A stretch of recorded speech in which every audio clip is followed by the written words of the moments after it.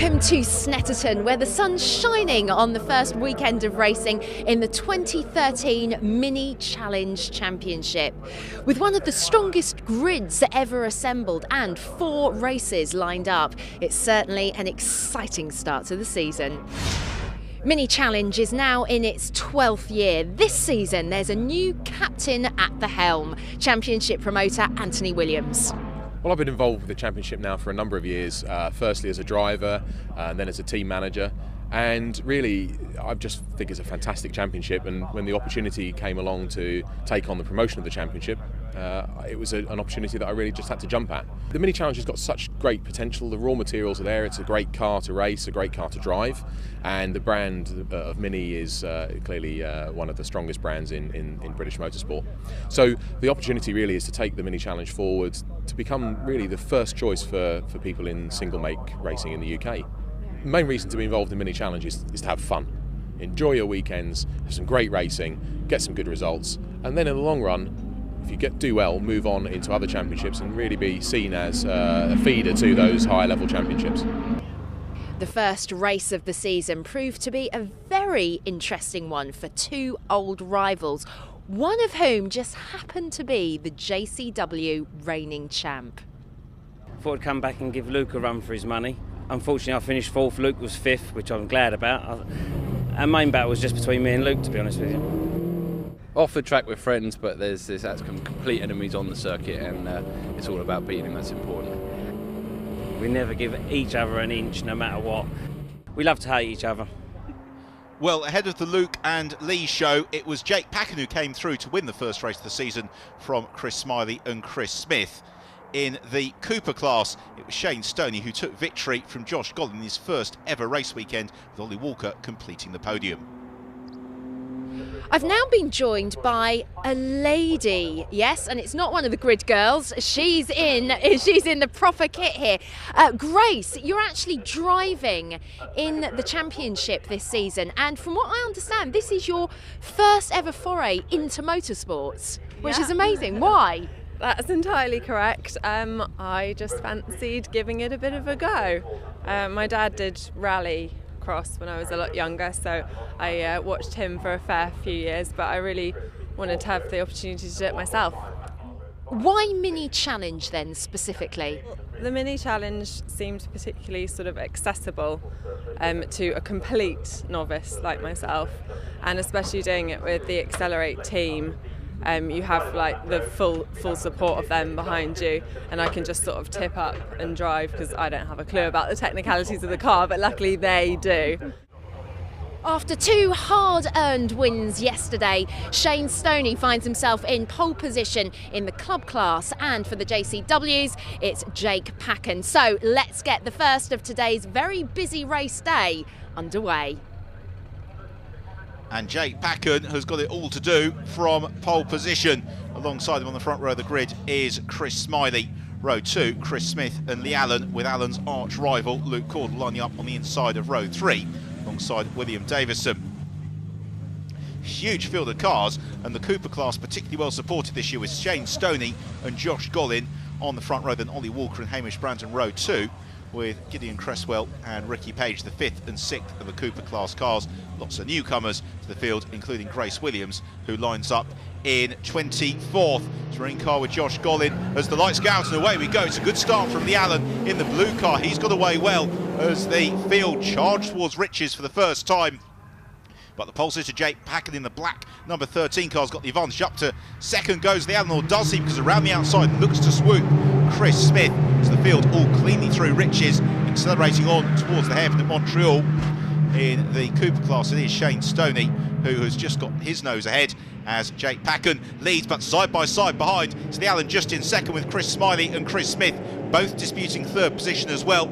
The race leader Jake Packen then works through Palmer with Allen in 2nd, Smith in 3rd. So it's now Smiley has slipped back a little bit. He's got Luke Caudle right on his tail. Josh Gollin in the thick of the Cooper class battles, right on the tail of Shane Stoney, immediately in front of him as they head on towards the hairpin at Agostini. Luke Caudle still a little bit frustrated behind Chris Smith, but it's Chris Smiley who's rather lost out there. He seems to have slipped some way back down through the pack, so I don't think that's an issue for Chris Smiley, as the battling throughout the field is as intense as ever. There is Chris Paniatu, car 29, returning to the championship once more as Lee Allen and Chris Smith go side by side into Brundle Nelson. It's Allen who's still just able to nudge himself ahead. All the while, this is enabling Jake Packen to break away at the head of the pack. So we've got now 4 cars disputing second, because Luke Caudle number 2 and William Davison as well back of that pack, very much in this fight as they come out to the bob hole on towards Coram Curve, and Smith dives to the inside of the Allen. That's a brave move from Chris Smith. Will he make it stick? Yes, he does. Superb driving there from Chris Smith, and Luke Caudle looked to try and follow through in Smith's wheel tracks. They all constantly interrupt on the brakes into Murray's before accelerating onto the centre straight in car with William Davison. It all looks very cool, calm and collected there from Davison's point of view, as he looks to take advantage of the slipstream to draw alongside Luke Caudle as they flash through. Pit boards hastily retracted. The cars hug the pit wall in car with Justin Taylor, who goes around. A little bit of a moment there for Taylor. A couple of them taking very close evasive action. We see it again from Kevin Norman's perspective. And yes, Norman did well to avoid being caught up in all of that, as Luke Caudle has worked his way past the Allen, is now right up onto the tail of Chris Smith. The pair of them fighting over second and third as Josh Gollin and Hamish Brandon dispute the same positions in the Cooper class. Remarkable performance this from Josh, given his relative inexperience in cars after making the step up from karting this weekend at Snetterton. As the fight for second in the JCW class continues, and Caudle looks to dive to the inside of Chris Smith and goes through into Oggies. That's a really beautifully judged move from Luke Caudle. If he can pull it off, he now needs to keep his line into Williams and then get that good run along the Bentley straight, and that's exactly what Luke Caudle has done, at least the first part of the job. But Chris Smith may be able to carry that momentum further back through the order. Stuart Calder and Bob Hosier having a good scrap. Hosier just running a little bit wide. That could give Calder the opportunity at the very least to draw alongside, if not go around the outside of Palmer. But Hosier sticks to his guns, holds his line, and therefore no way through there for Calder as the pair of them head towards Agostini. Well, wherever you look within this field, there are battles going on, which is the beauty of the mini challenge. And that is Lawrence Davey, who was just making the move on Jono Brown. Brown graduating up into the JCW class this year. Davey moving across from Legends Racing. Still, the battles go on through the field. Justin Taylor and Adrian Norman battling out in the Cooper class. The pair of them head out of Riches on towards the hairpin at Montreal. It's Taylor who's just got his nose ahead at the moment, although Adrian Norman, looking to build the experience he gained last year, will try and elevate himself up through the order as the race progresses.